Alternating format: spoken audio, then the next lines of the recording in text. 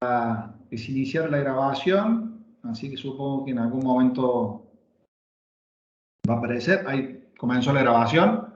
Vamos a empezar con el desarrollo de la unidad 16 y a lo mejor, si Dios quiere, el tiempo nos permite, la vamos a poder concluir hoy. Más allá de que el miércoles o continuamos con la unidad 16 o hacemos un repaso, ya vamos a ver. Bueno, la unidad 16 plantea el tema del contrato administrativo. Lo primero que debemos tener claro es que la idea que hoy ya está consolidada de que la administración celebra contratos regidos por el derecho público no fue una idea que existió siempre. Con esto quiero decir que hubo una época en donde no solamente se cuestionó que la administración pudiera celebrar contratos regidos por el derecho público, sino que se cuestionó el hecho de que la administración celebrase contratos administrativos o contratos regidos por el derecho privado. Si uno repasa la vieja doctrina alemana, francesa e italiana, vamos a ver que los autores, los referentes de esas doctrinas, niegan la idea de que la administración celebrase contratos, como lo vamos a interpretar y lo vamos a estudiar ahora. De hecho, Meyer, que era el representante, el mejor exponente de la doctrina, de la vieja doctrina alemana, sostenía que la administración no celebraba contratos, sino que lo que hacía era dictar actos administrativos, como le enseñó el profesor Novo en la unidad 15, con la particularidad de que esos actos administrativos, para que produjesen efectos, debían necesariamente tener el consentimiento del destinatario del acto. O sea, lo que hoy, por ejemplo, nosotros conocemos como el contrato de empleo público, para la vieja doctrina alemana, representada por Meyer, era un acto administrativo dictado por la administración de designación que para producir efectos jurídicos requería del consentimiento, valga la aceptación del destinatario, o sea, la persona a la que ese acto administrativo designaba. Para que produjese efecto, el designado debía prestar su consentimiento para quedar relacionado con la administración, pero, como les digo, para esa doctrina era un acto administrativo. Lo mismo pasó con la doctrina francesa representada por Jesse, que sostenía que la administración no celebraba contratos, sino que eran actos sujetos a condición. Y la doctrina italiana, representada por Zanovini, que planteaba que la actuación de la administración más parecida a un contrato era vinculada a un acuerdo. Yo personalmente, primero creo que esto es meramente informativo, es una cuestión que está solamente enderezada a un poco de formación, es casi una discusión semántica, doctrinaria. ¿Por qué? Porque hoy en realidad nos encontramos que está fuera de discusión que la administración celebra contratos y que esos contratos son contratos de derecho administrativo y regulados por las normas del derecho público. O sea, está superada tanto la idea de que la administración no puede celebrar contratos como la idea de que hay una doble personería jurídica, que la administración son dos administraciones, una persona jurídica que se mueve en el ámbito del derecho privado y otra persona jurídica que se mueve en el ámbito del derecho público. La realidad es que la administración es una, el Estado es una sola persona jurídica y celebra contratos que están regidos por el derecho público y otros contratos que por las características están regidos por el derecho privado. A lo que a nosotros nos interesa hoy en esta materia son los contratos que llamamos contratos de derecho administrativo y que son contratos que están regulados por el derecho público. O sea, planteada esta cuestión, esta ubicación donde sostenemos que la administración puede celebrar contratos de derecho administrativo o contratos administrativos regulados por el derecho público, corresponde que definamos qué se entiende por esos contratos administrativos. ¿Y qué es un contrato administrativo? Nosotros hablamos de un contrato administrativo cuando hay un acuerdo de voluntades de dos o más partes, de la cual una está en ejercicio de función administrativa y que ese acuerdo produce efectos jurídicos, ¿no? Entonces, si repasamos esa definición, vemos que hay un acuerdo de voluntad, la presencia de dos o más partes, con la particularidad que una de esas dos o más partes está en ejercicio de función administrativa y que de ese acuerdo de voluntades hay una producción de efectos jurídicos. Entonces, sobre este concepto tenemos que básicamente distinguir tres cosas. Pensar siempre que en nuestra definición tiene que aparecer la idea de acuerdo de voluntad, porque si no hubiese acuerdo de voluntad estaríamos hablando de un acto administrativo como declaración de voluntad o de un hecho como un acontecimiento. Recuerden ustedes que cuando el profesor Novo les habló del acto administrativo, dijo que era una declaración unilateral de voluntad que hace la administración. Acá no, acá hablamos de un acuerdo de voluntades. Una voluntad de la administración y otra voluntad de la persona que se vincula con la administración. Ese acuerdo de voluntades tiene la particularidad que una de las dos partes está en ejercicio de función administrativa, porque si no, ya no podemos hablar de contrato administrativo. Recuerden que todo lo que está vinculado al derecho administrativo está directamente relacionado con la función administrativa.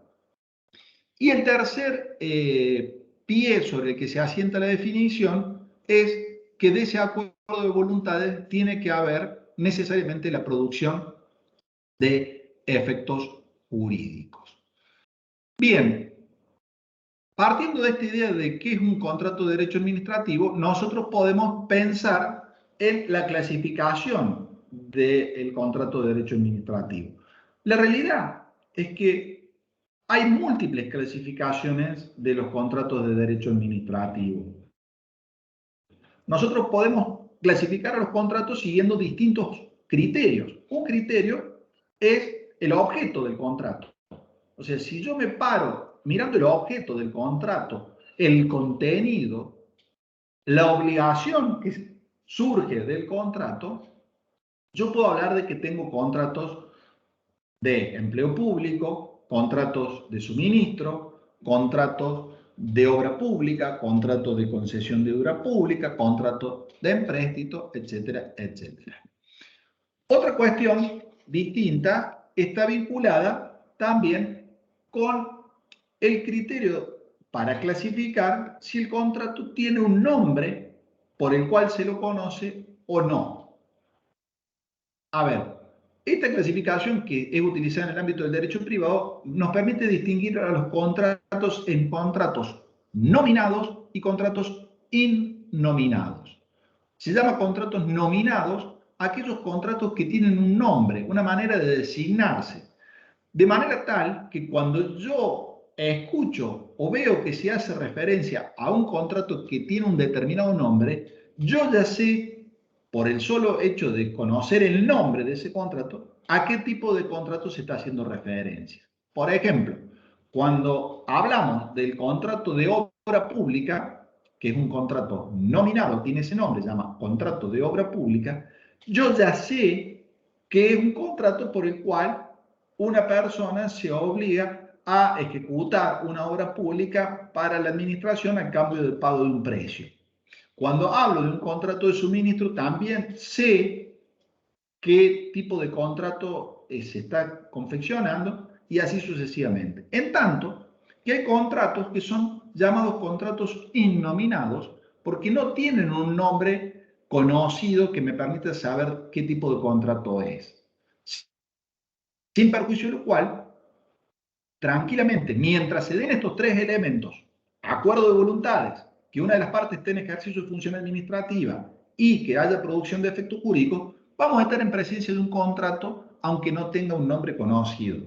Yo puedo celebrar un contrato con la administración que simplemente diga suscriben acuerdo o suscriben contrato, ¿no? El profesor Sema siempre pone como ejemplo el contrato por el cual la administración asume el compromiso de darle a una persona una formación especial, una formación militar, una formación castrense, y proveerle, además de esa educación o de esa formación, de una vivienda y de ropa durante el proceso ese de formación. Una tercera clasificación de los contratos nos permite hablar de contratos de atribución o contratos de colaboración.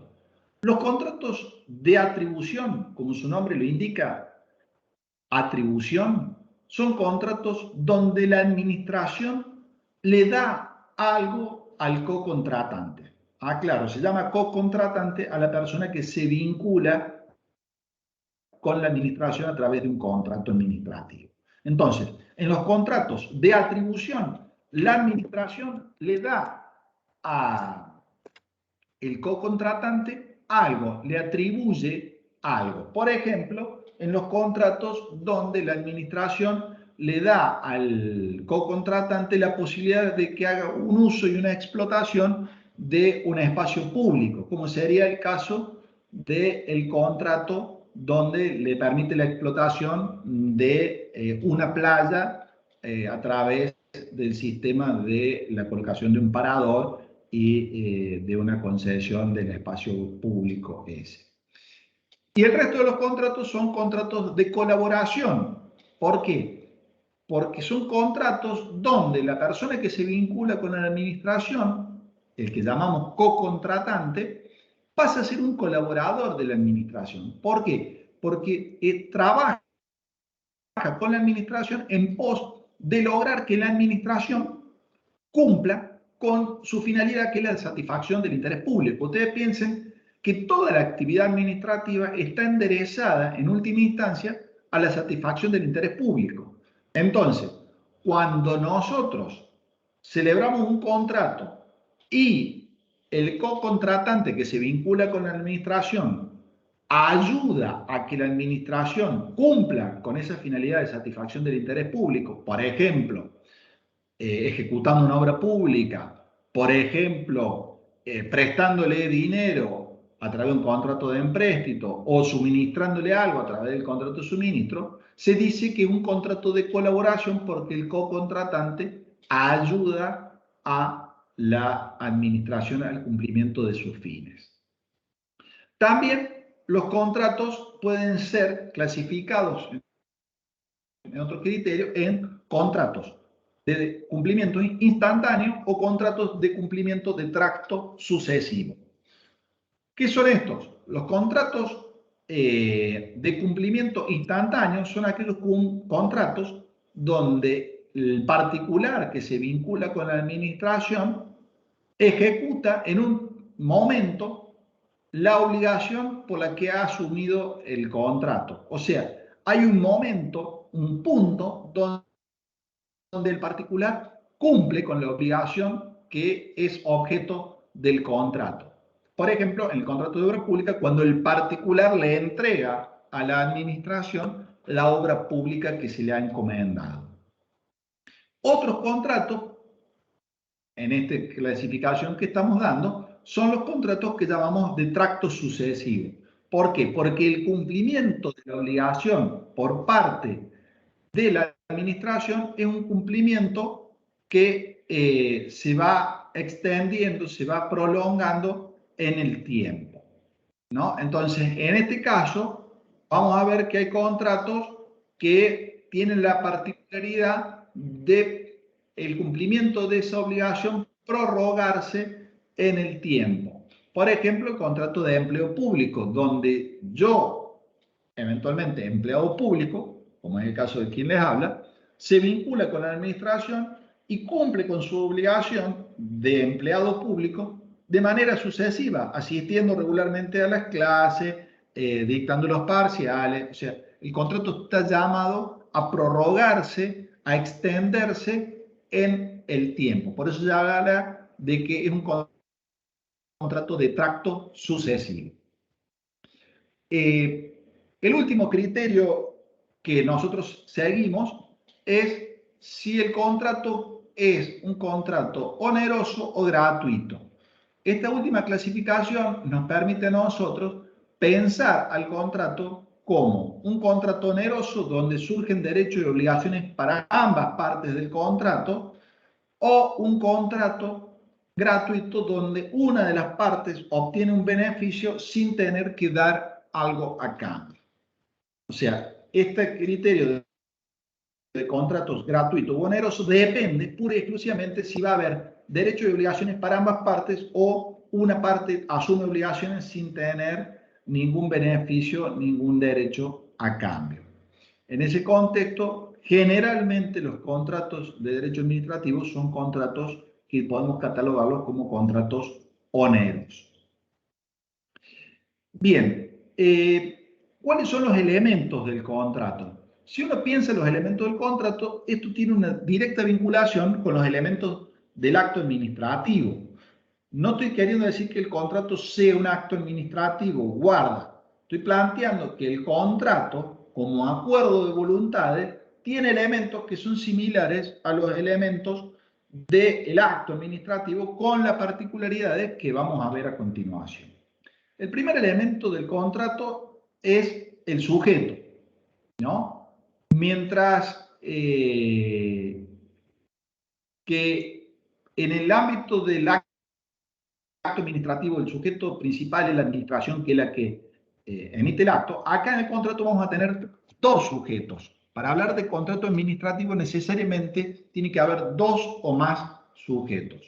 Uno, necesariamente, la administración, sea nacional, provincial, municipal, un ente autárquico o una persona jurídica de derecho privado al cual el Estado le ha dotado de potestad administrativa para que pueda celebrar contratos administrativos, ¿no? Entonces, una de esas dos partes del contrato, estamos hablando del sujeto, siempre tiene que ser la administración nacional, provincial, municipal, entes autárquicos o personas de derecho privado que tienen la prerrogativa, la facultad de celebrar contratos administrativos, ejercer función administrativa. Obviamente, en este sujeto vamos a tener que ver lo que es la competencia, se acuerdan, como la posibilidad o la facultad de ejercer ciertas prerrogativas o potestades por parte de esa persona. El otro sujeto del contrato va a ser o bien una persona de existencia humana, una persona física, en el viejo código, la persona de carne y hueso, nosotros, una persona jurídica del derecho privado, o puede ser una persona también del derecho público, con la característica que no va a estar, en este caso, en ejercicio de función administrativa, porque va a ser la otra persona la que está en ejercicio de función administrativa. Acá estamos hablando de lo que se conoce como el contrato interadministrativo entre dos órganos que tienen potestades públicas.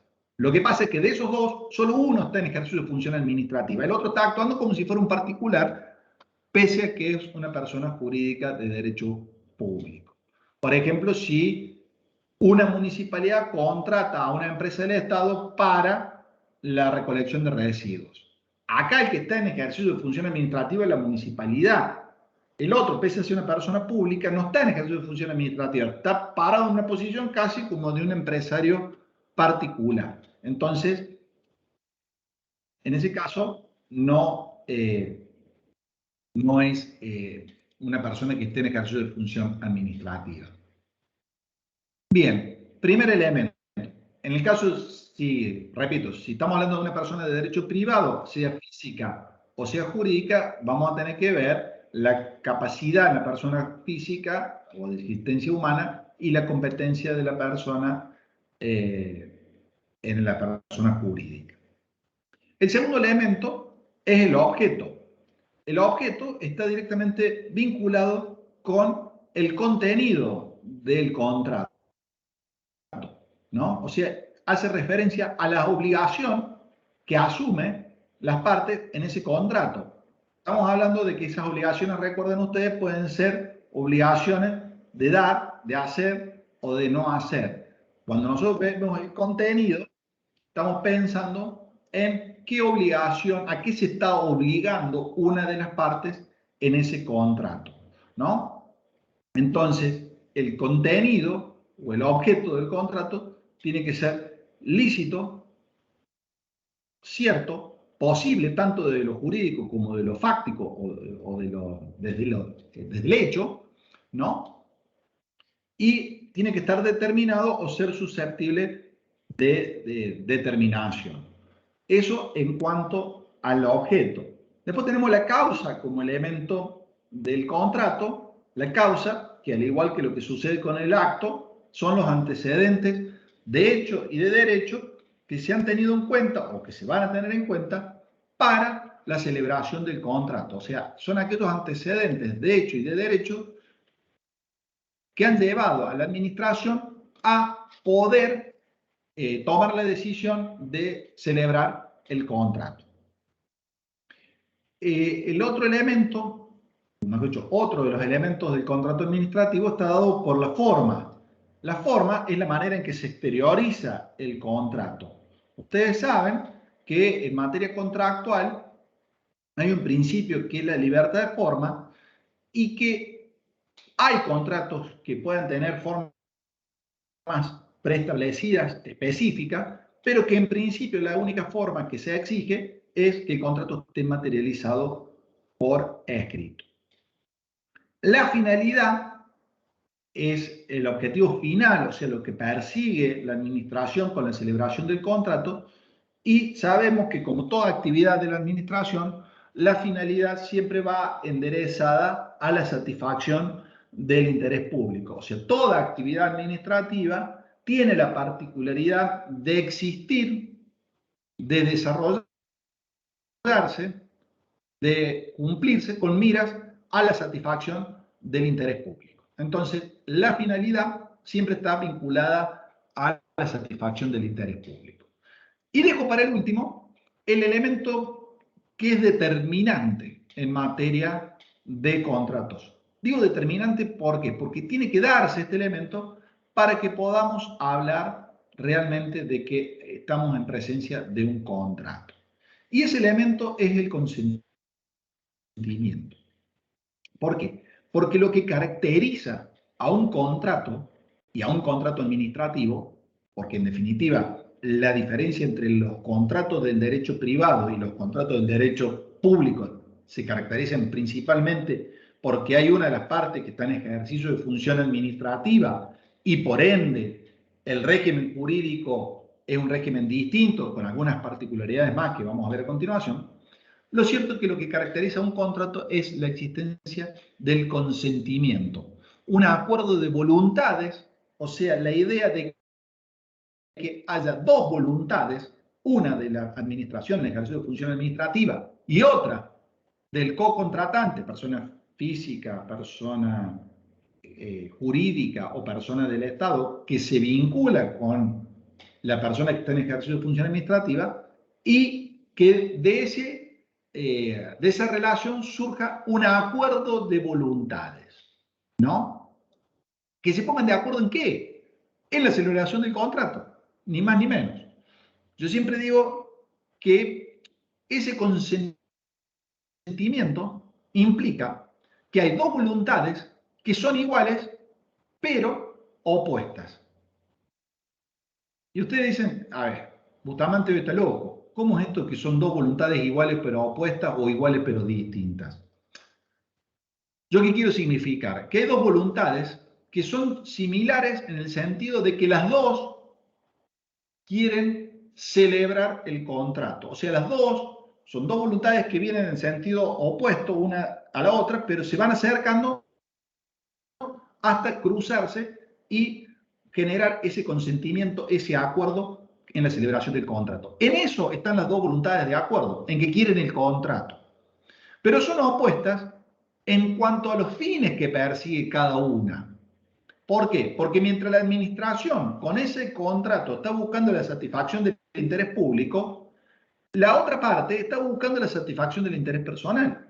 La empresa que se vincula con la administración está buscando obtener una ganancia económica. Entonces, son dos voluntades enderezadas a chocarse en un acuerdo de voluntades, pero cuando uno las mira, esas dos voluntades tienen finalidades distintas. Por eso digo que son iguales pero opuestas, ¿no? ¿Es claro esto? Las dos van enderezadas, las dos quieren el Sí, contrato, profe. pero las O sea, quieren por buscan, distintos motivos. claro, buscan finalidades diferentes. Exactamente. Una sería, en el caso del Estado, prestación de un servicio, si es en el caso de una licitación, y en el caso de la empresa privada, buscará un Ánimo de mayor monto lucro. económico, Ánimo de lucro. buscará, claro, la finalidad es diferente. Pasa Piensen también en los contratos ustedes, privados. sí, pero en realidad en el contrato privado te vas a encontrar que los dos quieren celebrar el contrato porque los dos quieren obtener un beneficio, ¿no?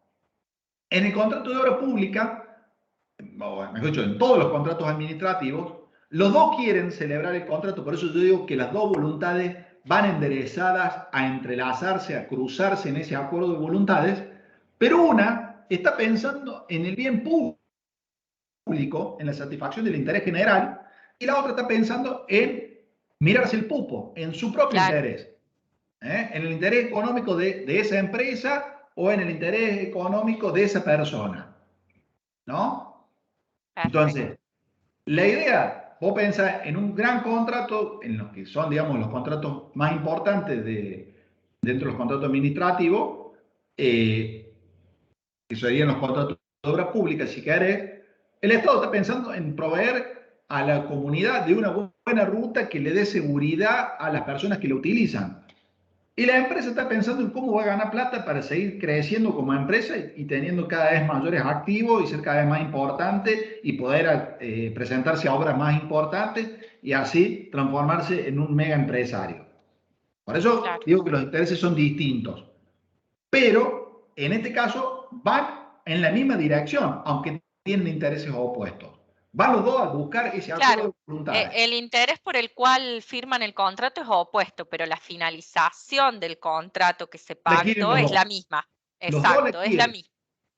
En realidad Perfecto, sería así. Los dos quieren celebrar el contrato, por eso los dos van en busca del contrato, en busca de ese acuerdo, pero los dos quieren eso por distintos motivos. claro, ¿Eh? perfecto. Bien, bárbaro. Es importante que eso haya quedado claro. Bien, después tenemos los caracteres del contrato. Como yo les dije, el contrato administrativo o los contratos administrativos tienen caracteres que son propios de este contrato que los diferencian de otros contratos. El primer carácter que nosotros podemos tomar es que un contrato, o mejor dicho, son contratos los contratos administrativos que están regidos por normas del derecho público, ¿no? O sea, la idea de que aparezca la administración y la satisfacción del interés público hace en los contratos administrativos que el régimen jurídico sea un régimen jurídico de derecho público. Segundo carácter, son contratos que tienen un proceso de formación y de perfeccionamiento especial. O sea, hay una serie de requisitos, una serie de trámites que están previstos por la ley para que se logre esa celebración del contrato, o sea, para lo que es la formación del contrato y el perfeccionamiento del contrato. Los contratos administrativos están sujetos a formas y procedimientos especiales distintos a un contrato que pueda desarrollarse entre dos particulares. A ver, no es lo mismo cómo va a ser la relación entre una persona que le encomienda a una empresa constructora que le haga la casa. Supongamos yo que quiero hacerme mi casa, no es la misma la relación que voy a generar con la empresa constructora para que me haga mi casa, que la relación que genera el Estado con una empresa constructora para que haga una ruta, una cárcel o un colegio.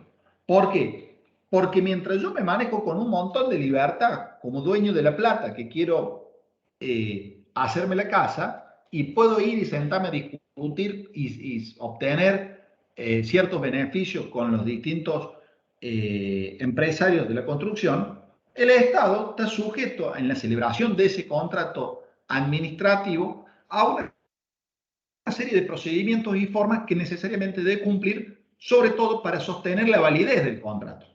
¿Por qué? Porque si no se cumplen esa serie de procedimientos y de formas, el contrato puede quedar afectado. Otra característica de los contratos administrativos es la presencia de lo que se llaman las cláusulas exorbitantes.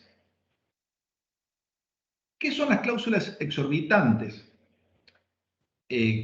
Como deriva de su palabra, es algo que está por encima de lo normal, digamos, que rompe con la lógica. Algo exorbitante es algo grande, algo que rompe con esa lógica, con el equilibrio. Y las cláusulas exorbitantes son justamente cláusulas que están presentes o que pueden estar presentes en los contratos administrativos que rompen el equilibrio que naturalmente tiene que darse entre las partes. Cuando dos partes pretenden celebrar un contrato, y sobre todo lo que sucede en el ámbito del derecho privado, las dos partes están en un plano de igualdad. Yo te vendo mi auto, pero te lo vendo a un precio que para vos, comprador, es útil. Yo no estoy dispuesto a perder plata y vos como comprador no estás dispuesto a gastar más de lo que vale mi auto. Hay un plano de igualdad, lo que se llama una pars conditio, una paridad de condición entre las dos partes en el contrato, en el ámbito del derecho privado. En el ámbito del derecho público, en los contratos administrativos pueden existir cláusulas exorbitantes, que son cláusulas que rompen esa paridad de manera tal que la administración queda en un plano de superioridad respecto del co-contratante que se relacione con ella. ¿Y por qué es esto? Por esto que hablábamos recién. Mientras la administración tiene como objetivo la satisfacción del interés público, el particular tiene como objetivo la satisfacción del interés privado. Razón por la cual es lógico que no haya esa paridad o que se rompa esa paridad entre las dos partes y que se le permita introducir a la administración cláusulas exorbitantes en el contrato que modifiquen. A tal punto que esas cláusulas exorbitantes serían cláusulas nulas o invalidarían el contrato si estuviéramos hablando de un contrato de derecho privado. En tanto que en el ámbito del derecho público y dentro del marco de razonabilidad, esas cláusulas exorbitantes son totalmente válidas. Entonces, una de las características o de los caracteres del contrato administrativo es la presencia de cláusulas exorbitantes que rompen la paridad de condición o la paridad en el nivel entre la administración y el co-contratante y que, repito, son absolutamente válidas y que rompen con una idea que es la del ámbito del derecho privado, que las dos partes están en un mismo plano de igualdad. Y el último de los caracteres que presenta el contrato de derecho administrativo es un carácter que está vinculado a algo que es una particularidad, que los efectos del contrato de derecho administrativo pueden alcanzar a terceras personas. O sea, mientras en el contrato de derecho civil o del derecho privado el contrato se produce entre dos partes y los efectos son para esta y para esta, en el contrato de derecho administrativo, lo que acuerden las dos partes del contrato puede producir efectos respecto de terceros extraños al contrato. Terceros que no han participado en el contrato, pero que cualquiera de esas dos partes le pueden aplicar o invocar el contrato y aplicarle los efectos.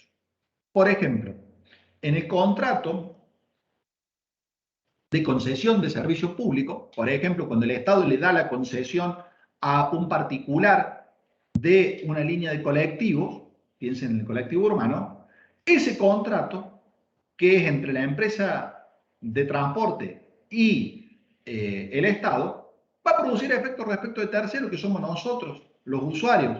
Ustedes, cada vez que se suben al colectivo y el chofer del colectivo les quiere cobrar el pasaje, no lo hace del caprichoso que es, ni lo hace de prepo, lo hace invocando un contrato, obviamente todo esto es tácito, pero lo hace ¿por qué? Porque atrás de eso hay un contrato entre la administración y la empresa de transporte por el cual la administración le ha dado la facultad a la empresa de transporte de cobrar el precio del pasaje. No es caprichosa la actitud del chofer de querer cobrarme el pasaje.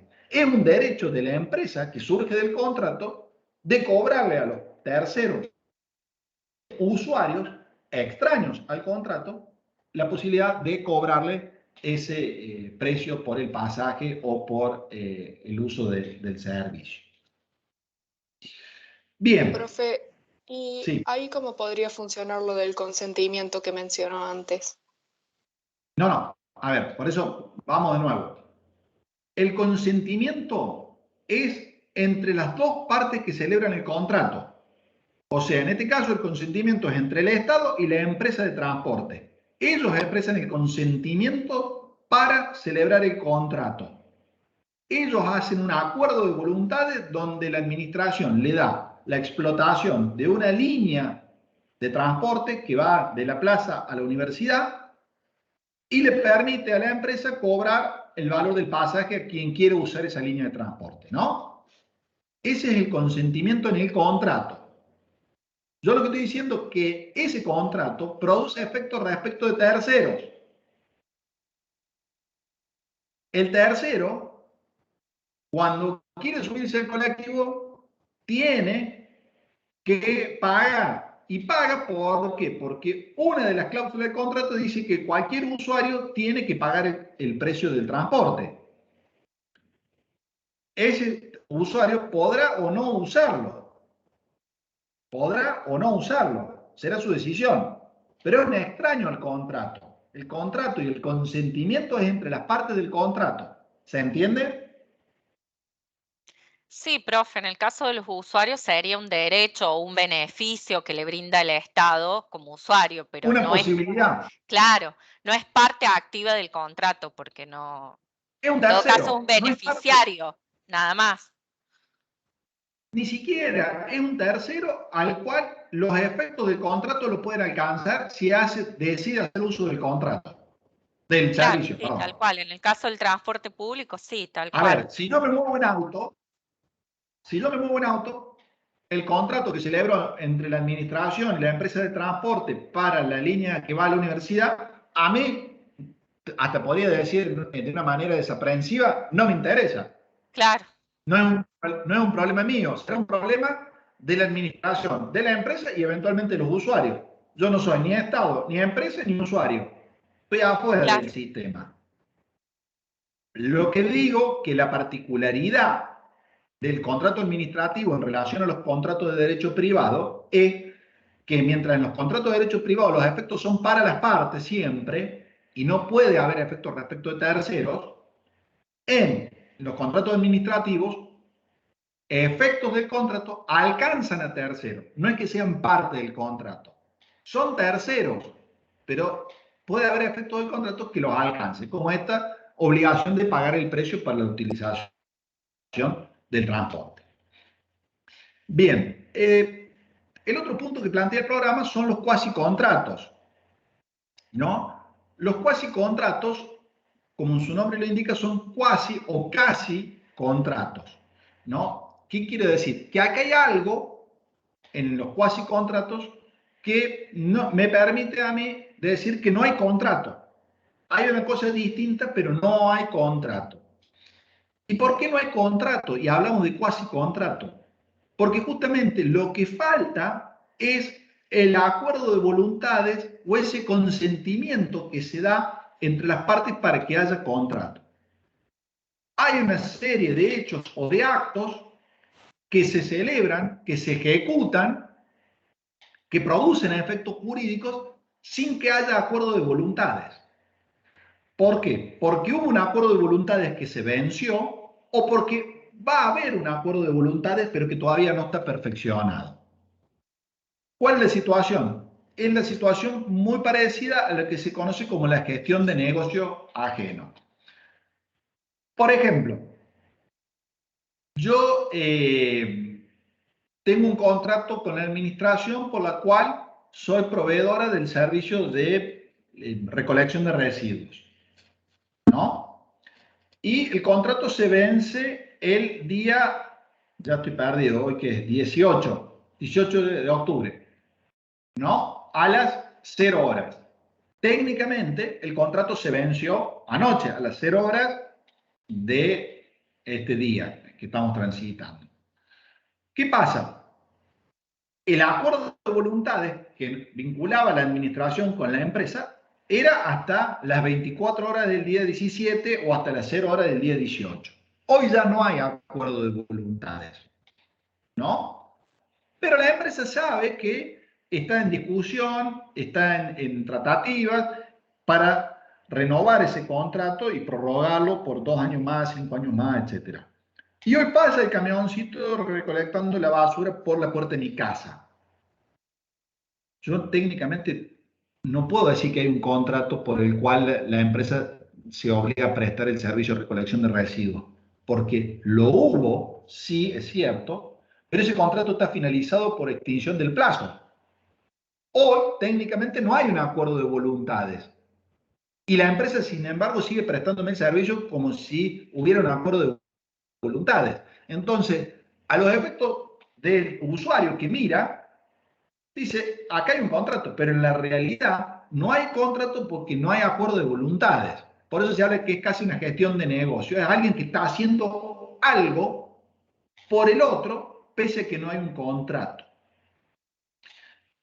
Obviamente que la empresa tendrá derecho a cobrarme este día de prestación de servicio de la recolección de residuos.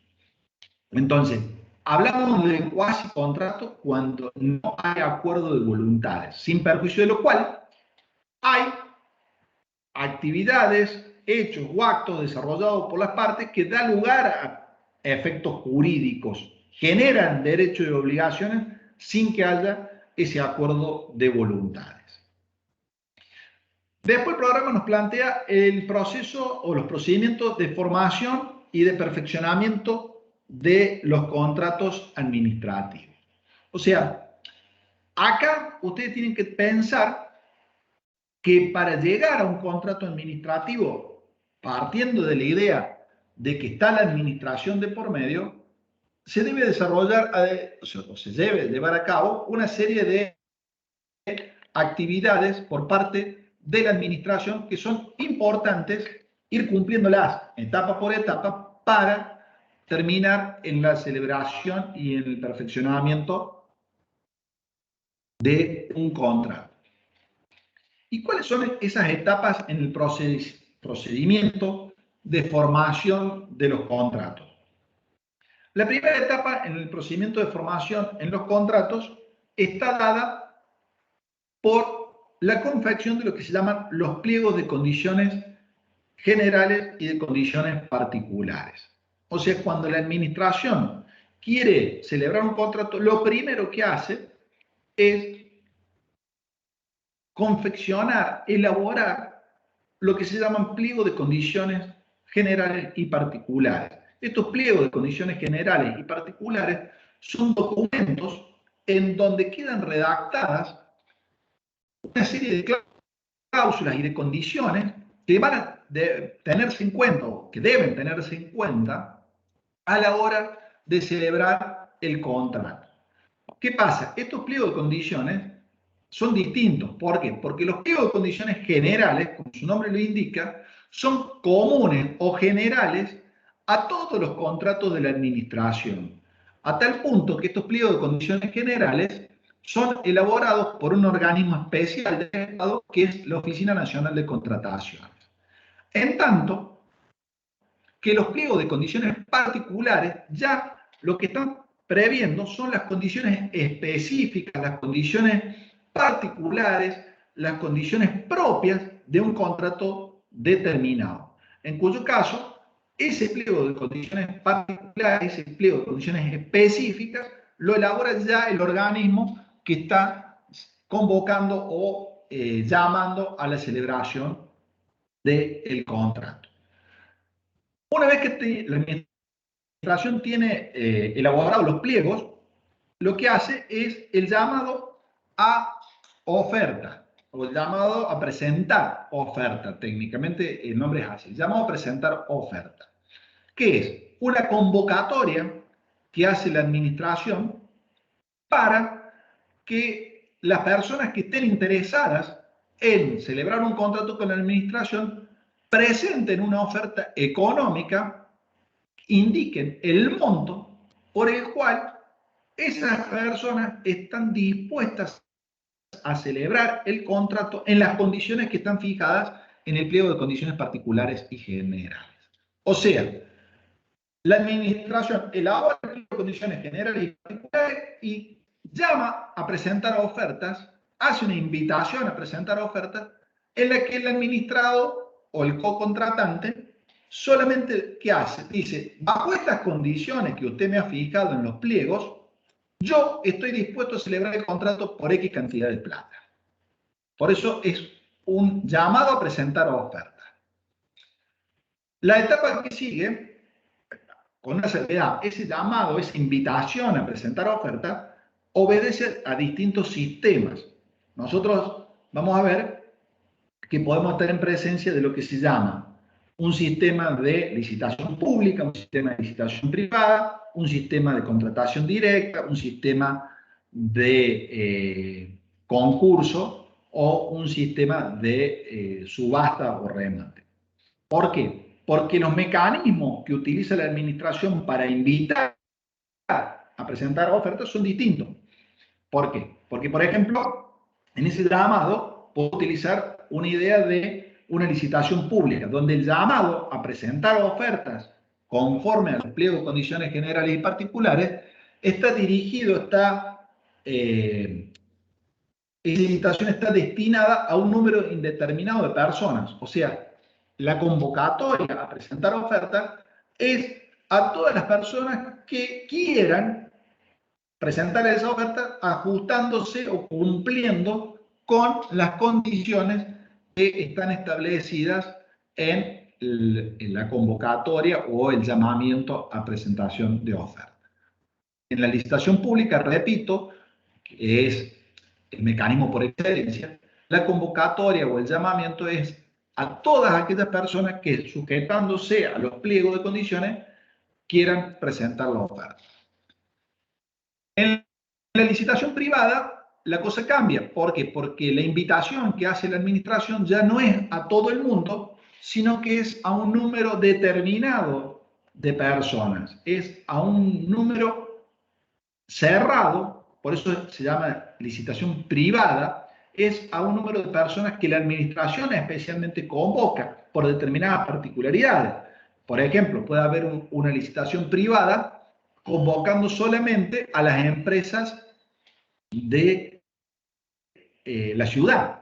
¿Por qué? Porque además de querer satisfacer el interés público, puede estar la idea en la administración de promover de alguna manera la empresa local. Entonces, el llamamiento está enderezado o la licitación es privada a empresas locales.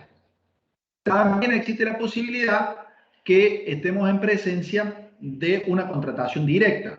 ¿Por qué? Porque en la contratación directa la particularidad es que la administración no hace una licitación ni pública ni privada, sino que, como su nombre lo indica, elige directamente a la persona con la que se va a vincular a través del contrato administrativo. ¿Y por qué es válida la contratación directa? Que aclaro, es un régimen de excepción, no es la idea, porque siempre la contratación directa está más sospechada. Uno piensa que en la contratación directa es más posible encontrarnos con actos de corrupción, pero la realidad es que la contratación directa está prevista en el decreto 1023, que es el que regula las contrataciones de la administración, y es un sistema que opera bajo ciertas condiciones. Por ejemplo, cuando ha habido licitaciones que han quedado desiertas, o sea, que se han llamado licitaciones y nadie se presentó, opera cuando, por ejemplo, hay una situación de urgencia o de emergencia, entonces yo no puedo llevar adelante todo un proceso de licitación porque son lerdos los procesos de licitación, Cuando hay una cuestión de seguridad, de manera tal, de seguridad del Estado, supónganse que yo necesito que alguien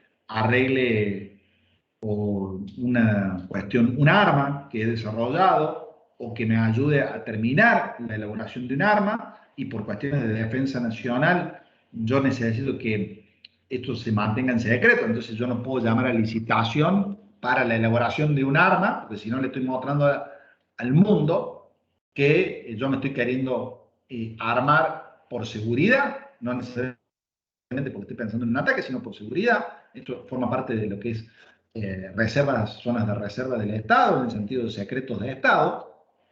Entonces, en esos temas también puede haber contratación directa. Se habilita la contratación directa cuando la contratación es entre organismos del Estado, o sea, lo que se llaman las contrataciones interadministrativas. También cuando la contratación es a una universidad nacional, o sea, que el servicio lo va a prestar una universidad nacional. Cuando la contratación es con efectores sociales, cuando también se habilita la contratación directa, cuando estamos en presencia de una persona o una tarea que exclusivamente la desarrolla uno, no hay competencia, digamos, no hay 2 o 3 o 5 empresas que se dediquen a hacer lo que necesita la administración. Entonces, en esos casos, también queda habilitada la contratación directa. Además de estos sistemas, que es licitación pública, licitación privada y contratación directa, están los concursos que se aplican en los contratos administrativos generalmente para cubrir lo que se llaman los empleos públicos. ¿Por qué? Porque no se tiene en cuenta como aspecto central la mejor oferta económica, sino que se tiene en cuenta la capacidad del oferente. O sea, cuando la administración dice necesito cubrir un puesto para un juez, por ejemplo, o para un docente universitario, no es que se tenga en cuenta, como en el caso de las obras, quién me hace la obra por el menos precio, sino la capacidad o la idoneidad de la persona con la que me quiero vincular. O sea, el eje se corre, ya no me interesa lo económico, no es lo central, el aspecto económico, sino que lo central pasa por la capacidad o la idoneidad de la persona con la que yo me voy a vincular. Bien, y por último, también opera como un sistema de selección del co-contratante la subasta. La subasta que es ni más ni menos que lo que nosotros conocemos como el remate. Esa puja económica para quedarse con el contrato, que en muchos casos se llama subasta inversa. ¿Por qué? Porque se termina quedando con el contrato aquel que haga la oferta más baja, ¿no? Yo pretendo vincularme con la administración y a través de la oferta más baja yo termino quedándome con el contrato. Bueno, hasta acá hemos visto, entonces, confección de los pliegos, la convocatoria a presentar la oferta y, o mejor dicho, el llamamiento a la presentación de oferta. Y ahora viene la etapa de la presentación de oferta, que cuando la persona que se quiere vincular con la administración lo que hace es presentar su oferta, que obviamente se hace en un sobre cerrado, donde ella manifiesta cuál es el monto por el cual está dispuesto, en particular, a celebrar el contrato, cumpliendo con todas las condiciones que están previstas en los pliegos de condiciones generales y particulares, ¿no? Entonces,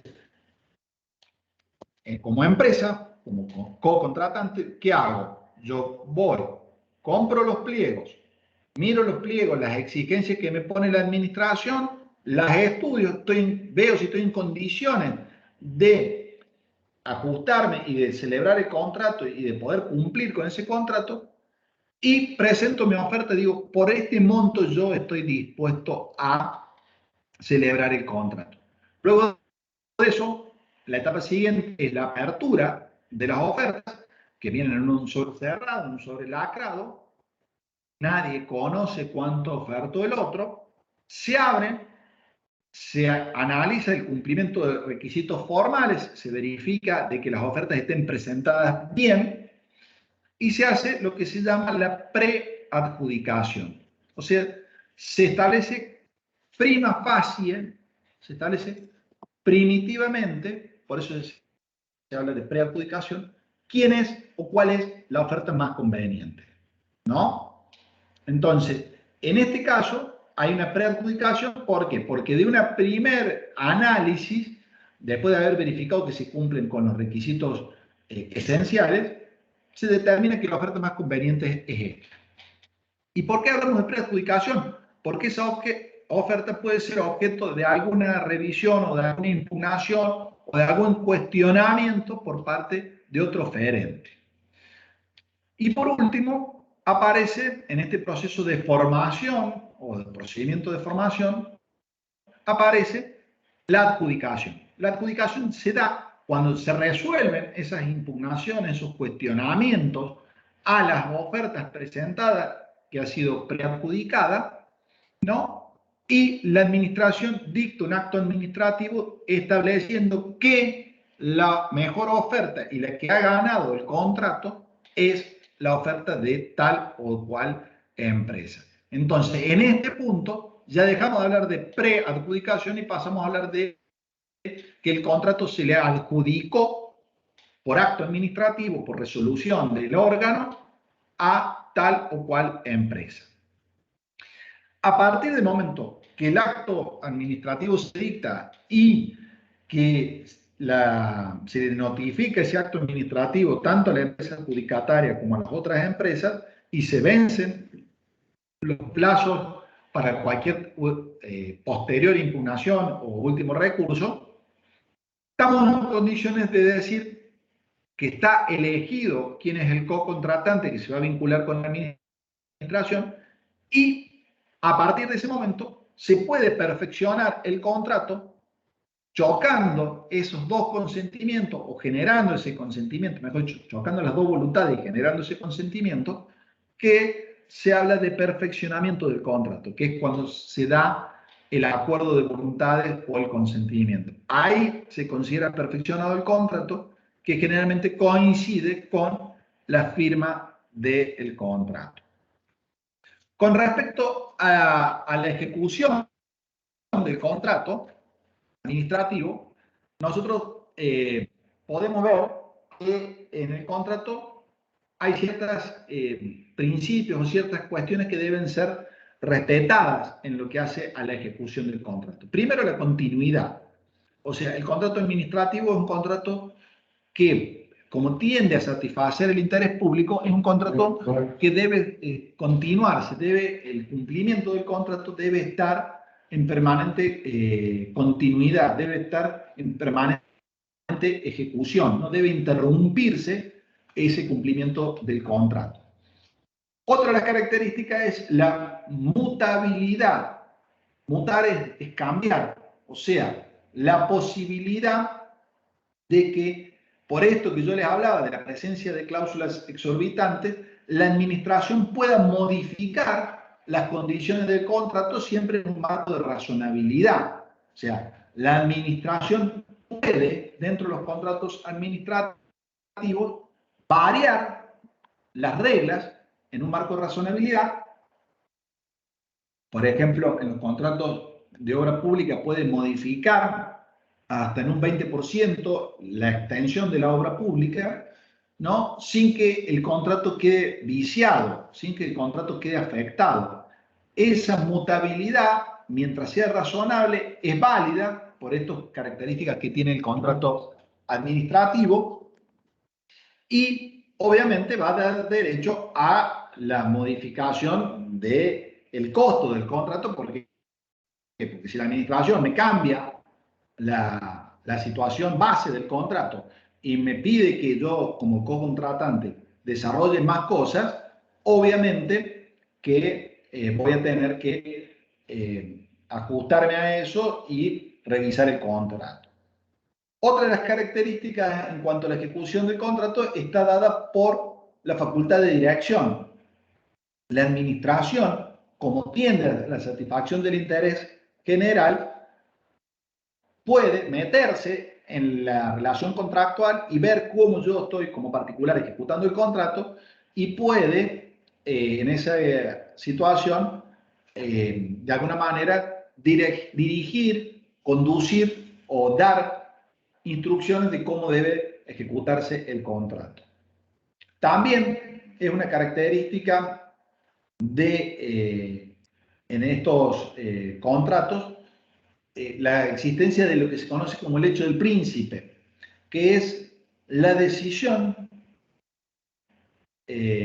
administrativa, la decisión, el hecho del príncipe es la decisión, viene de la antigüedad, de la decisión del príncipe, de la autoridad, de tomar la decisión de variar el contrato, alterando la ecuación económico-financiera de este contrato, razón por la cual esta decisión de la administración, por su poderío, por el hecho del príncipe, por ser el príncipe, de modificar la ecuación económica financiera de la administración por sí y ante sí, tiene la posibilidad de ejecutarlo y a cambio de eso, obviamente, como se modifica la ecuación económica financiera, la persona que se vincula con la administración va a tener la posibilidad de que se revise esa ecuación económica financiera y que se reajusten los montos para tener un equilibrio. También en los contratos administrativos resulta de aplicación dos cosas que también se dan en el ámbito del derecho privado. Uno es la teoría de la imprevisión, ¿no? Que es cuando hay un acontecimiento, como su nombre lo indica, imprevisible, un acontecimiento grave, un acontecimiento que no se le puede atribuir en su ejecución a cualquiera de las partes y que modifica la situación en el contrato, o sea, que da lugar a que ese contrato sea revisado, pero no porque ha habido una decisión de la administración, como sucede en el hecho del príncipe, sino porque acá en realidad lo que ha habido es un acontecimiento extraordinario, un acontecimiento natural o un acontecimiento humano, pero que excede a las partes, que no ha sido previsible por las partes y que da lugar a una revisión del contrato. Podría ser una pandemia, como la que hemos atravesado o estamos atravesando, podría ser un atentado, o sea, habría situaciones tanto humanas como naturales que de alguna manera son extrañas a las partes y que modifican el contrato. Y también resulta de aplicación en los contratos administrativos lo que se conoce como la exceptio non adipleti contractus. ¿Esto qué quiere decir?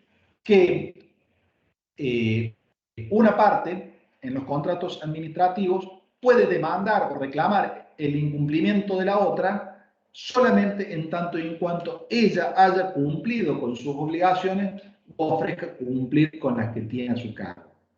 ¿Qué quiere decir? Que un incumplidor no puede demandar a otro por incumplidor. Para una de las partes en el contrato, exigir el cumplimiento a la otra, para poner una de las partes a la otra en la posición de incumplidora, tiene que estar limpia esa parte. Tiene que o haber cumplido con sus obligaciones que derivan del contrato o tiene que ofrecer cumplir con las obligaciones. Yo no puedo, digámoslo así vulgarmente, tildar al otro de incumplidor y reclamarle daños y perjuicios o reclamarle un incumplimiento sin yo no estar limpio, ser cumplidor de mis obligaciones o haber ofrecido cumplirlas. Solamente a partir del momento de que cumplí o ofrezco cumplir, puedo reclamar el cumplimiento de la parte o de la otra parte de sus obligaciones. El último punto de la parte general está vinculado a la extinción de los contratos administrativos. Los contratos administrativos básicamente se extinguen de dos formas distintas. Una, se extinguen de modo normal. Hablamos de la extinción normal cuando o bien se cumple con el objeto del contrato, o sea, se cumple con lo que las partes tuvieron en miras al momento de la celebración del contrato, o sea, Se ejecutó lo que las partes quisieron, por ejemplo, la empresa terminó la autopista, la empresa me hizo la escuela, o el artista, porque ahora vamos a ver que no solamente los contratos administrativos son contratos de gran porte o de obras de gran magnitud, sino que puede haber contratos de menor cuantía, ¿no? Cuando se cumple con lo que se tuvo en cuenta para la celebración del contrato, digamos, el objeto del contrato, es un medio extintivo del contrato que se llama normal. Celebramos el contrato para esto, se hizo, obviamente se da por finalizado el contrato, se extingue el contrato. Es un medio normal por cumplimiento de objeto. Y también puede haber extinción del contrato por medio normal por el vencimiento del plazo.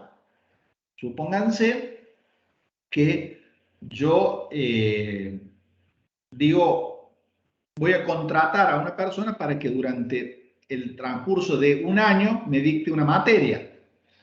Vencido el plazo de ese año, el contrato se extingue sin que haya un modo anormal. Está cumplido el plazo que se le fijaron, o mejor dicho, que le fijaron las partes al contrato, y a partir de ese momento las partes dan el contrato por extinguido. Entonces, esos serían los dos modos normales: cumplimiento de objeto o vencimiento de plazo.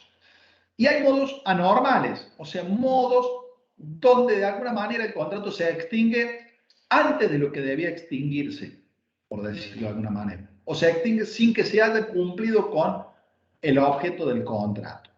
Y estos modos anormales son la rescisión, ¿no?, que implica, puede ser unilateral o bilateral, o sea, hay un acuerdo de administración y de co-contratante en extinguir el contrato, o unilateral, una de las partes por decisión unilateral extingue el contrato. Acá puede haber incumplimientos leves. Otra de las situaciones es la caducidad. La caducidad se da cuando hay faltas graves, o sea, incumplimientos graves por parte de una de las dos partes del contrato, ¿no?, el que da lugar sin duda a la indemnización, a la reparación. También se extingue el contrato por el rescate, que es una decisión administrativa, una cuestión, un posicionamiento político principalmente, donde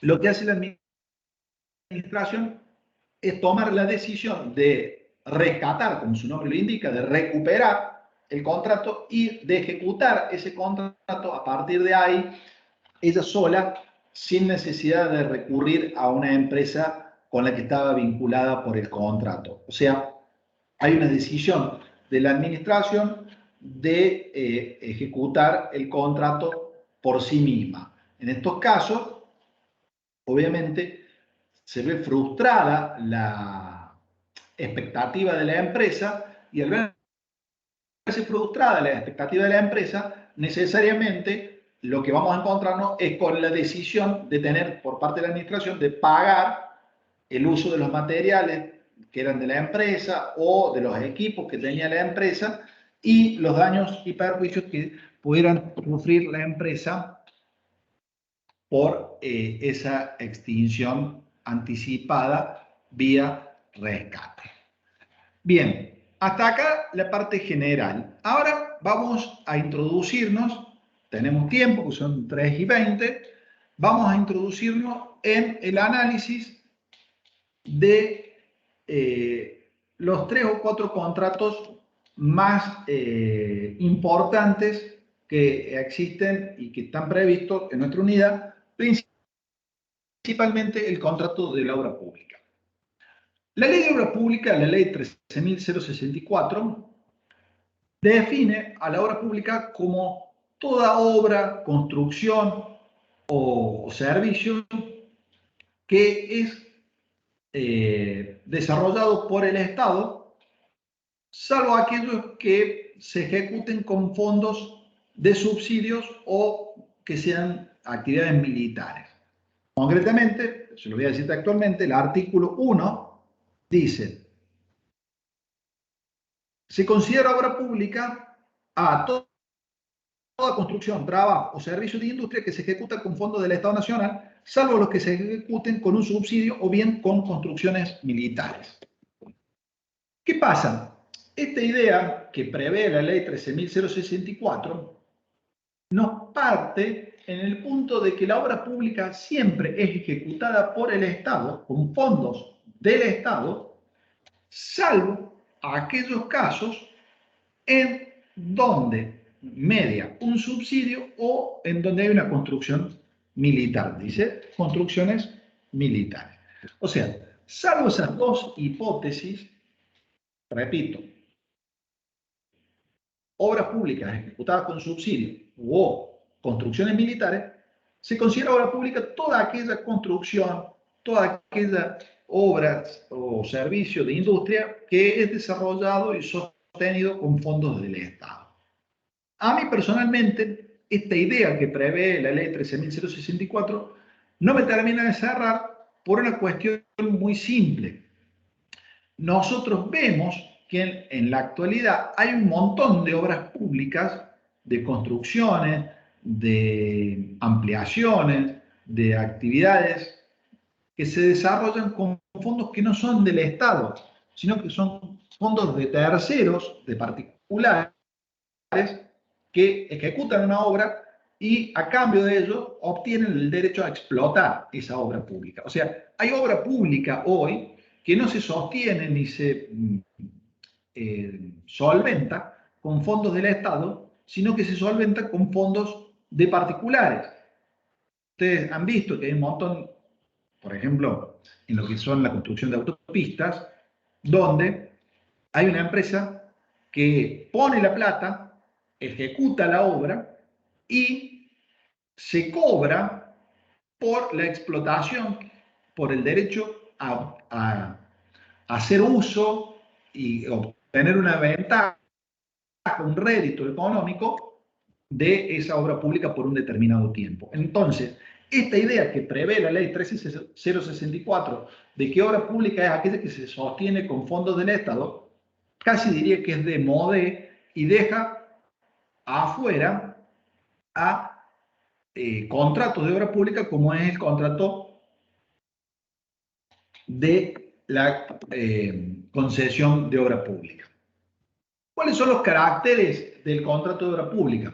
Es un contrato bilateral, o sea, acá hay dos partes, el Estado por un lado y el co-contratante o la empresa contratista por otro lado. Aclaro que vamos a ver que el contrato de obra pública puede tener distinta extensión, distinta envergadura, puede ser la obra pública, puede tener distinto tamaño, distinto volumen. Entonces, es un contrato bilateral, es un contrato oneroso, una de las dos partes obtiene una ventaja o un beneficio y a cambio de eso asume una obligación, o sea, hay derechos y obligaciones para ambas partes.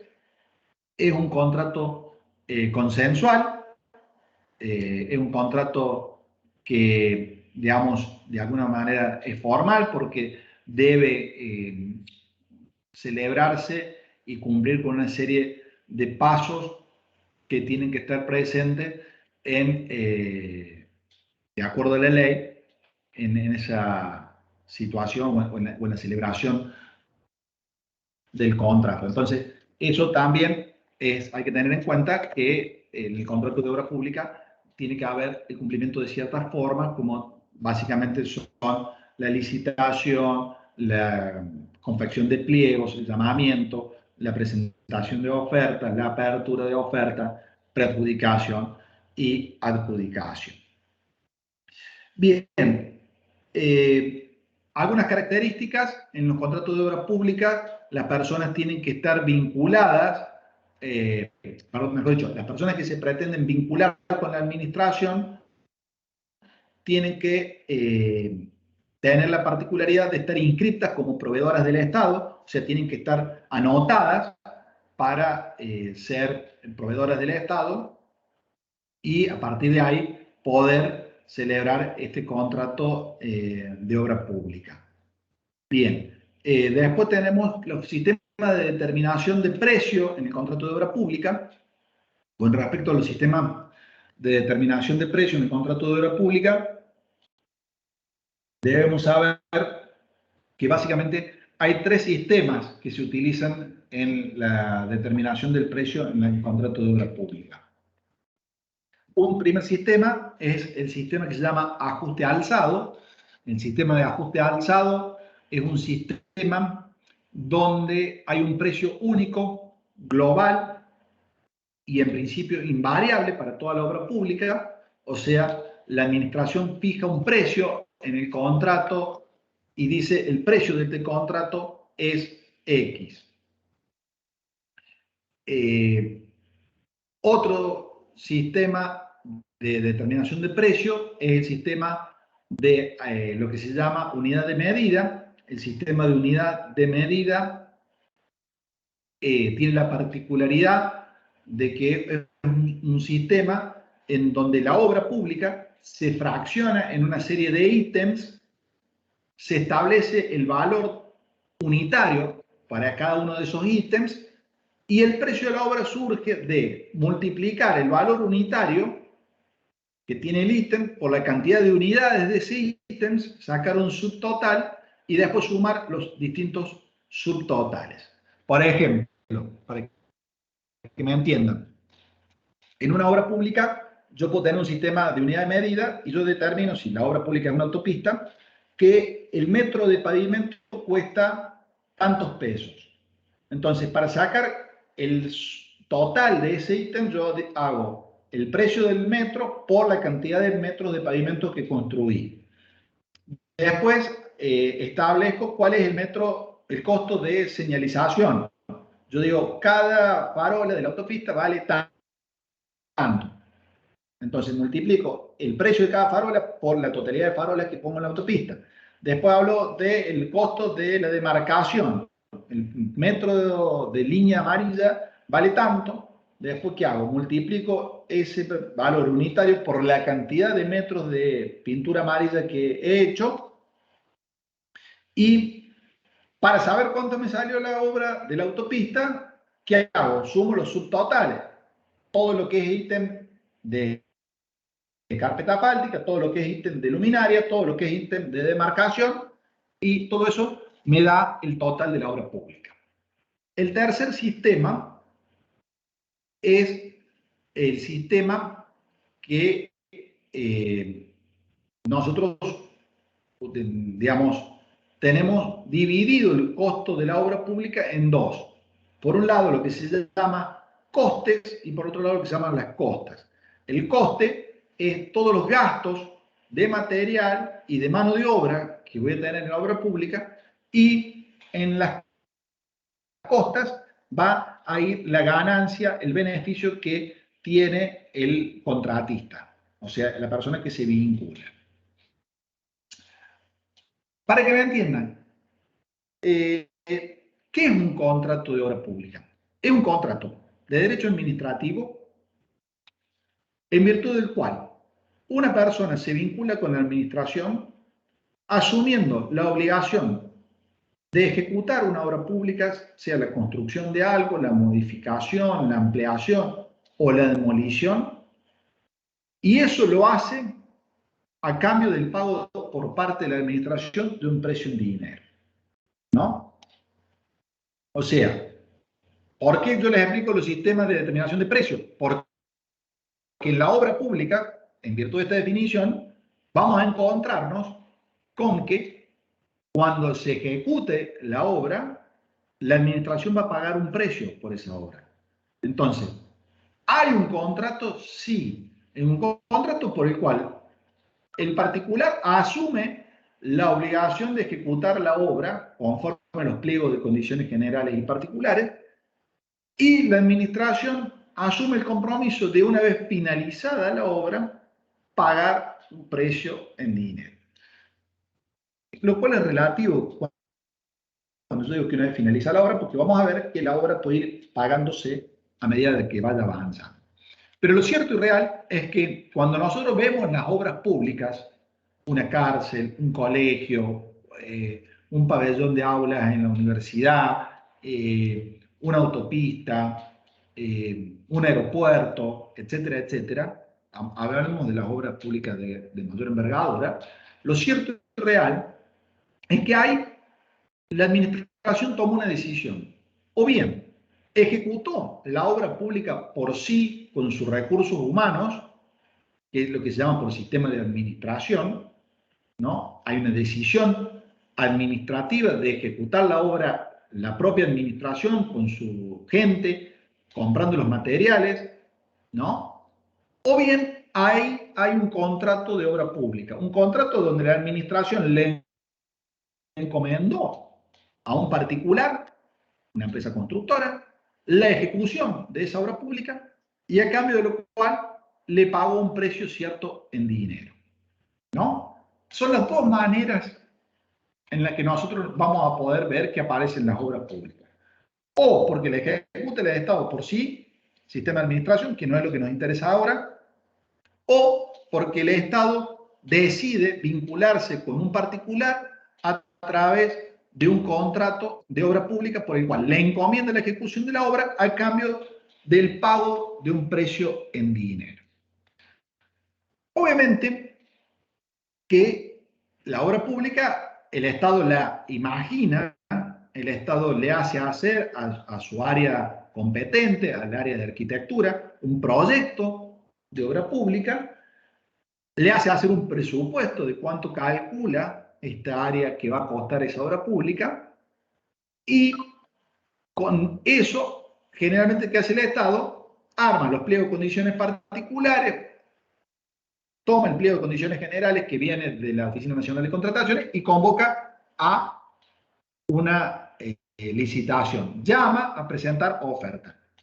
Las empresas constructoras van, compran los pliegos, miran si están en condiciones de ejecutar la obra, porque a lo mejor la empresa constructora es chiquita para la cantidad de obras públicas que hay que desarrollar, y si toma la decisión, hace un estudio generalmente con su equipo de profesionales, la empresa, abogados, contadores, ingenieros, y toma la decisión de estar en condiciones de presentarse a la licitación.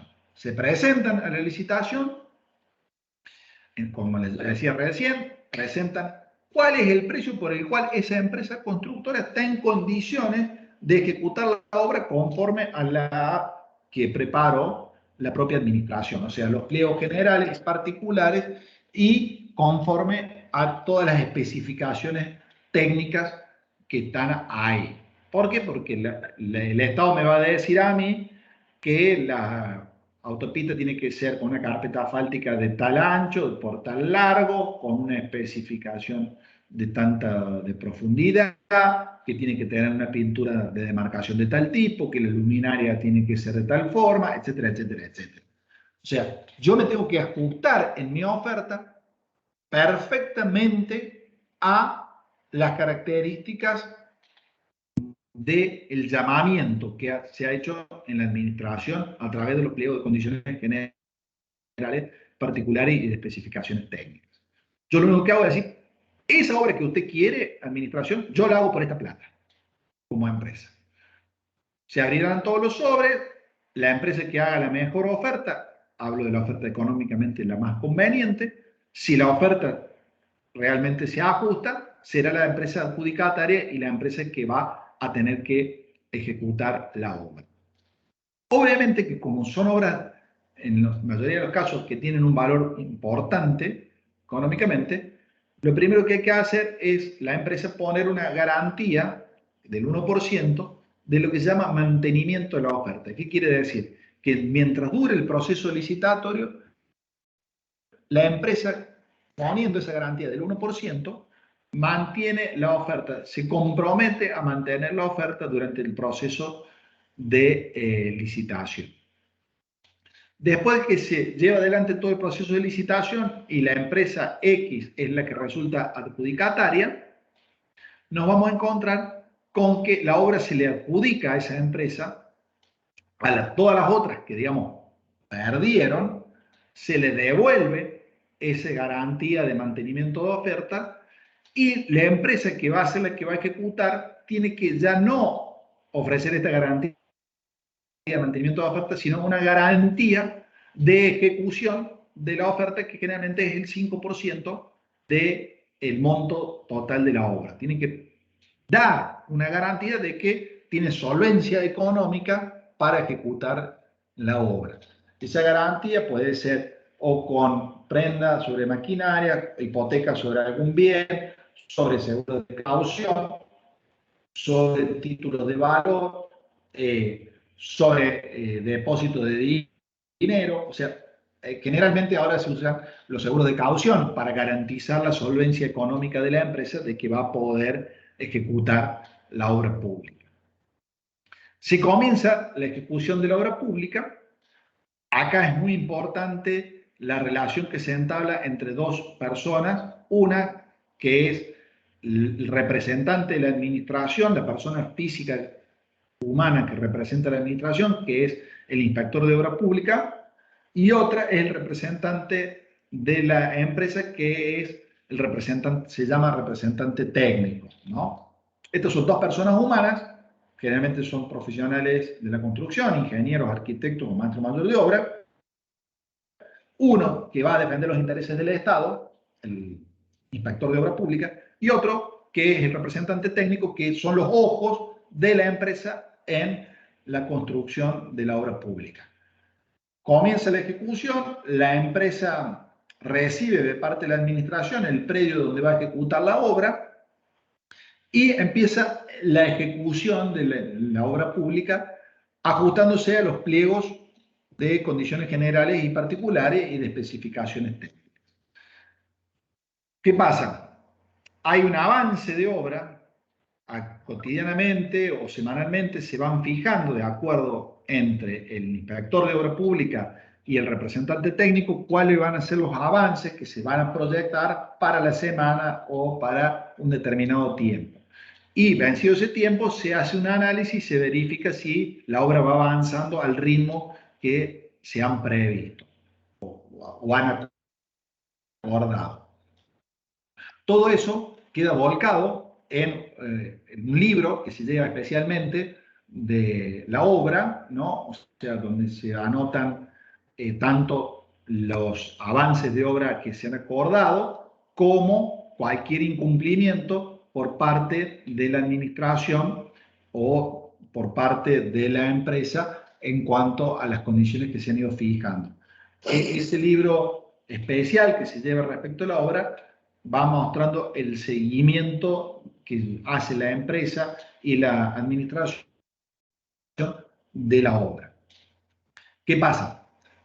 Muchas veces, como las obras públicas tienen una gran envergadura, son obras de mucha importancia económica, nos encontramos con la situación que la empresa no tiene la posibilidad económica de sostener totalmente la obra. Entonces, lo que hace es ir pagándose lo que se llaman certificados de obra. Se juntan, la administración emite un acto administrativo, que es un certificado de obra, que dice que ha habido un avance en el desarrollo de la obra de un tanto por ciento, y ese certificado de obra permite demostrar que la empresa es acreedora de la administración de esa cantidad de dinero por el avance de obra que ha desarrollado. Piensen que si no fuese de esta manera, en una obra de miles de millones de pesos o de cientos de millones de pesos, la empresa debería poner plata de su bolsillo hasta que la obra esté terminada para recuperar esa plata de acá a 2 años. Entonces, solamente mega empresas podrían ser las que ejecutaran las obras públicas. En cambio, yo puedo ejecutar una obra de 200 millones de pesos y no hace falta que yo tenga los 200 millones de pesos. ¿Por qué? Porque yo gasto 5 millones de pesos, viene el Estado, me certifica ese avance por 5 millones de pesos y me paga mediante, primero, la expedición de un certificado de obra pública que muestra que yo soy acreedor y después mediante la liquidación de ese certificado de obra pública. A ver, El certificado de obra pública es un instrumento que acredita, es un acto administrativo que acredita que la empresa es acreedora de la administración por una suma de dinero en virtud de un avance de obra. ¿Está?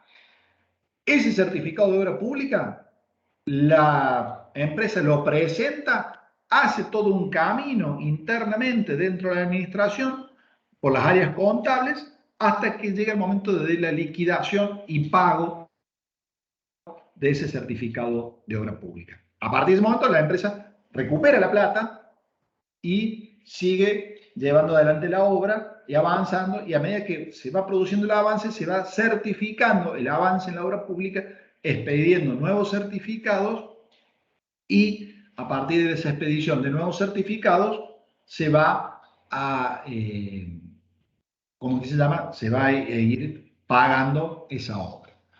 Con respecto a la recepción, la obra pública puede ser receptada en forma total o parcial y en forma definitiva o provisoria. La recepción total o parcial es, como su nombre le indica, yo recibo toda la obra, en el caso de la recepción total, o puedo recibir la obra en pedazos. Por ejemplo, si la obra es un pabellón o varios pabellones, una cárcel, supónganse, que tiene 4 pabellones, yo puedo hacer una recepción parcial cuando la empresa constructora termina de desarrollar o construir un pabellón y yo lo recibo. Eso es una recepción parcial. Si yo no quiero hacer recepción parcial, espero que la empresa construya los 4 pabellones de la cárcel y hago una recepción total de la obra. Tanto en una como en otra, recepción total o parcial, puede haber una recepción provisoria o definitiva, que es otra cosa. La recepción es provisoria cuando yo recibo la obra, sea total o parcial, pero la recibo sujeta a revisión. La recibo y no está vencido todavía el plazo para la recepción definitiva. Es una recepción que yo hago transitoriamente la obra y en la cual, o mejor dicho, durante el plazo del cual yo puedo detectar fallas en la ejecución de la obra y pedirle a la empresa constructora que subsane esas fallas. Cuando la empresa constructora subsana esas fallas, hacemos lo que se llama la recepción definitiva de la obra, ¿no? Entonces, ahí vamos a ver que pueden mezclarse recepción parcial o total con recepción provisoria o recepción definitiva de la obra.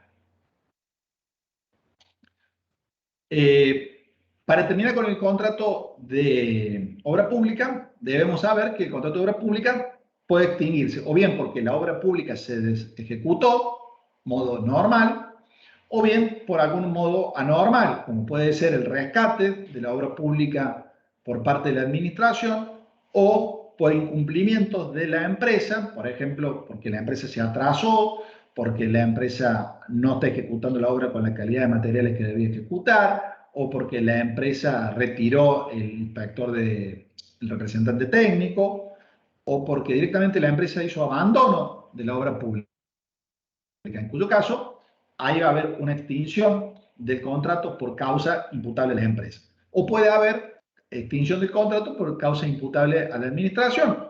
Por ejemplo, que la administración no esté liquidándome los certificados de obra pública o no me esté certificando el avance de la obra pública. El otro contrato que nosotros tenemos es el contrato de concesión de obra pública. Como su nombre lo indica, el contrato de concesión de obra pública es un contrato que la característica es que la obra pública se ejecuta por un tercero, la administración no paga por esa obra pública, sino que la ganancia y el precio surge del derecho que tiene ese tercero de explotar la obra pública, ese cocontratante. Entonces, la administración, a través de un contrato de concesión, le encomienda a una empresa la ejecución de la obra, no le paga un precio en dinero por eso, sino que una vez ejecutada la obra, le da a esa empresa el derecho a que explote la obra pública por un determinado tiempo. Sí, no hay ningún problema, Martín, retírate. En ese sentido, acá, ¿cómo funciona? Generalmente la empresa se asocia con bancos o con entidades financieras que tienen la capacidad económica para sostener el costo de la obra, ejecutan la obra pública y una vez que ejecutan la obra pública se la entregan a la administración la recibe y a partir de ese momento se la restituye a la empresa para que la explote por un determinado tiempo y de esa manera la empresa con el banco que se han asociado recuperan el costo de toda la inversión y obtienen su ganancia. Como ustedes ven, es un contrato que tiene dos momentos determinados. Uno, todo lo que está vinculado con la ejecución de la obra, que sería igual prácticamente a un contrato de obra pública, y otro distinto, nuevo, que se da a partir del momento que el Estado le restituye la obra a la empresa para que la empresa la pueda explotar. Y usted dirá, ¿y para qué hacemos ese doble movimiento de que la empresa ejecuta la obra, se la entrega al Estado y el Estado se la devuelve para que la explote? Justamente por esto que hablábamos recién de la recepción. ¿Por qué? Porque la recepción de la obra tiene el efecto de que la recepción definitiva importa la aceptación por parte de la administración de cómo se ha ejecutado la obra pública. Entonces, si yo entrego como concesionario de la obra, y la administración me la acepta, cerramos una primera etapa donde la administración me está diciendo que la obra está bien ejecutada. Si la obra está bien ejecutada, me pueden dar la obra para que yo la empiece a explotar y empiece a recaudar para recuperar lo que gasté, y a partir de ese momento la responsabilidad va a ser de la empresa concesionaria de cómo va a hacer el uso y conservación de la obra pública. En este tipo de contrato es donde yo les decía que los efectos alcanzan a terceros, que son los usuarios.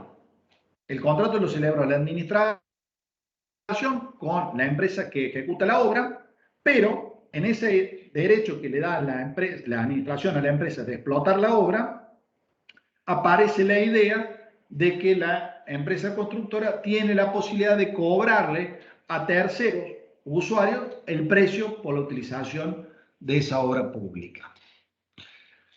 El otro contrato que quiero desarrollar, me quedan todavía 12 minutos, es el contrato de empleo público. Contrato de empleo público es un contrato en virtud del cual la administración se vincula con una persona humana, una persona física, ¿no?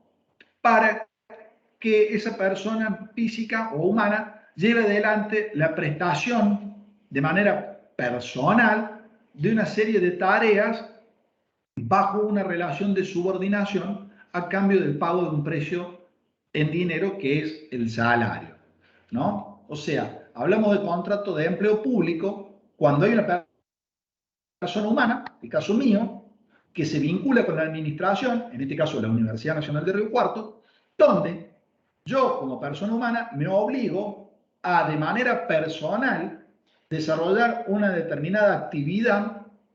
En este caso me obligo yo al dictado de una asignatura y la administración a cambio de eso se obliga a pagarme una retribución en dinero que es el sueldo que, gracias a Dios, yo cobro todos los meses, ¿no? Acá es un contrato, como yo les decía, que se tiene en cuenta no solamente se tiene en cuenta no la mejor oferta económica que pueda presentar la persona con la que se va a vincular a la administración, sino la capacidad o la idoneidad de la persona humana que se vincula con la administración. O sea, la administración va a poner en marcha mecanismos de selección del co-contratante, persona humana, de manera tal de elegir a los mejores.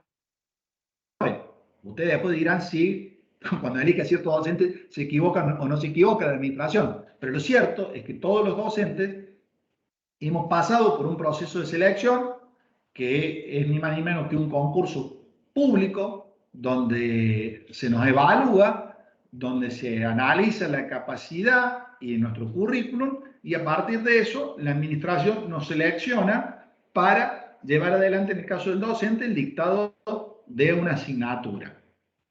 Mi obligación es el desarrollo de esa asignatura de manera personal. Yo no puedo traer ni a mi socio, ni a mi esposa, ni a un amigo que dé las clases por mí. Soy yo, porque como si tuvieran en cuenta mis condiciones personales, soy yo el que debe de manera personal dictar esa asignatura, ¿no? Lo mismo pasa con el profesor Sema, el profesor Muñoz, el profesor Novo, etc. Y con todos los docentes que ustedes tienen en el dictado de las distintas materias de la carrera, ¿no? Entonces, es un vínculo entre una persona humana, en este caso el docente, la administración, una obligación personal de prestación bajo una relación de subordinación. ¿Por qué? Porque yo estoy en un plano de inferioridad. Yo debo cumplir con las órdenes que me da la universidad, en el sentido de que yo doy clase los días que me fija la universidad, en el horario que me fija la universidad, con un programa que hemos elaborado, pero es un programa que está aprobado en el curso que corresponde, ¿no? Y a la cantidad de alumnos que están inscritos. Yo no puedo decir, no, yo le doy clase a 5 alumnos, yo le doy la clase los días que yo quiero, si a mí me pinta los sábados a la noche, yo doy clase los sábados a la noche. No, no, o sea, hay una serie de obligaciones que yo debo cumplir, ¿no? ¿Por qué? Porque estoy en una relación de subordinación en esta cuestión con la administración, de manera tal que la administración fija una serie de obligaciones que yo debo cumplir. Obviamente, la contraprestación es el pago de la remuneración mía. Derecho de obligaciones para ambas partes. La administración tiene la principal obligación, es la de pagarme el sueldo. Tiene otra obligación, que es la de respetar mi carrera administrativa, o sea, la posibilidad de que yo crezca dentro de la administración, la posibilidad de que yo ascienda. Derechos míos, yo por el derecho a cobrar mi salario, tengo el derecho a la carrera. Obviamente, los derechos míos van relacionados a las obligaciones de la administración. ¿Cuáles son las obligaciones que tengo yo? Principalmente la obligación, como les decía, de desarrollar la tarea de manera personal, intuito personal. Tengo la obligación de cuidar las cosas que me da la administración o la universidad en este caso. Por ejemplo, cuando estoy en un aula, tengo la obligación de cuidar el mobiliario, de velar por la conservación de las cosas. ¿Qué otro derecho, o mejor dicho, qué otra obligación pesa sobre mí? Tengo que tener una conducta decorosa, tanto en lo personal como en lo profesional, tanto como docente como en mi vida privada. Tengo que comportarme con respeto respecto de mis superiores, de las autoridades de la facultad y de las autoridades de la universidad y de mis colegas. Tengo el derecho mejor dicho, la obligación de cumplir con mis actividades de manera conforme a lo que están establecidos los programas. Y, por ejemplo, también tengo el derecho a acceder a una jubilación, el derecho a renunciar, si yo eventualmente no estoy de acuerdo con las condiciones o me canso de dar clases. Uno de los derechos que me asiste es el derecho a presentar la renuncia, que es la extinción del contrato por decisión o por voluntad propia del sujeto que se vincula con la administración. Obviamente, en el libro están desarrolladas todas los derechos y obligaciones. Uno que es muy importante es el derecho que tiene la persona a la estabilidad. Este sí, voy a demorar un minuto en plantear que las personas que nos vinculamos con la administración, personas humanas, tenemos en la relación del contrato de empleo público una cosa que se llama estabilidad, que es el derecho a permanecer en el cargo mientras dure la buena conducta, ¿no? Nosotros, los empleados públicos, tenemos lo que se conoce como estabilidad propia, ¿Qué quiere decir? Que nosotros, mientras cumplamos con nuestras obligaciones y nos ajustemos en la relación esa de jerarquía a las obligaciones que nosotros tenemos y no cometamos ninguna falta, tenemos derecho a permanecer en nuestro cargo hasta que nosotros tomemos la decisión de jubilarnos o eventualmente renunciar. Pero la idea es que la administración no me puede echar a mí, salvo que yo incumpla con mis obligaciones, para lo cual primero la administración tiene que hacerme un sumario administrativo, determinar que he sido responsable del incumplimiento de obligaciones, y a partir de que he sido responsable del incumplimiento de obligaciones, como consecuencia de ese incumplimiento y del desarrollo de ese sumario, aplicar una sanción que, para que efectivamente me deje fuera el sistema, tiene que ser una sanción de cesantía o exoneración. Las otras sanciones, que son menores, es la suspensión o el apercibimiento, que es un llamado de atención.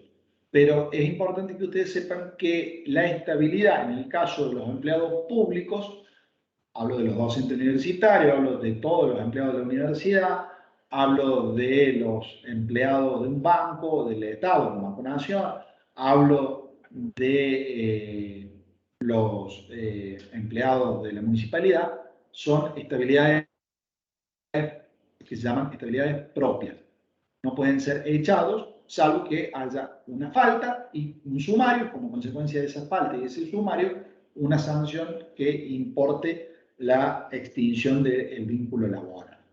El último de los contratos es el contrato de suministro. Es un contrato muy sencillo, es un contrato por el cual una persona se vincula con la administración asumiendo la obligación de proveerle, por eso se habla de suministro, es un contrato de provisión, proveerle a la administración una serie de bienes que necesita la administración para el desarrollo de su actividad. Es un contrato consensual, es un contrato bilateral, es un contrato oneroso, es un contrato donde los bienes se pueden proveer en un único momento o en distintos momentos. Son contratos sobre bienes muebles.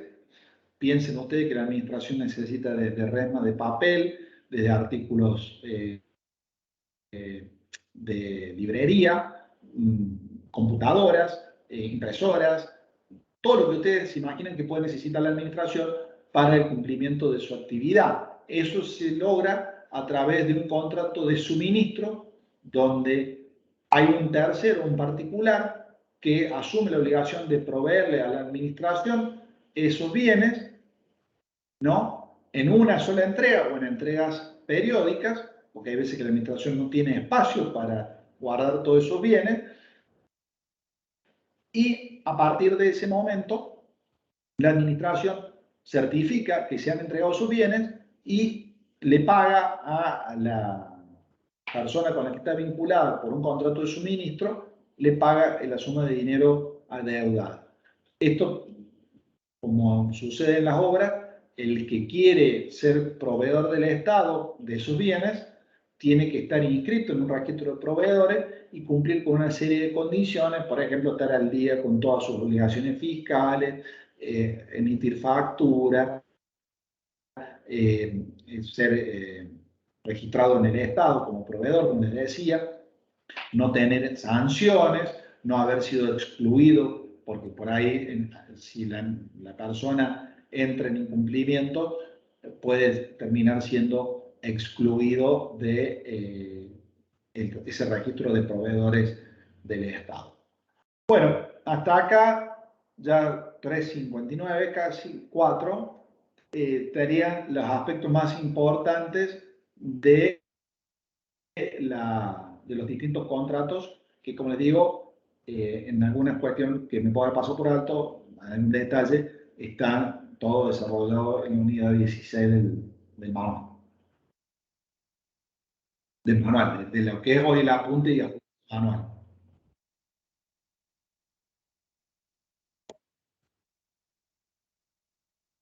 Sí, profe, se entendió el tema. ¿Se entendió? Sí, profe. Sí, sí. es como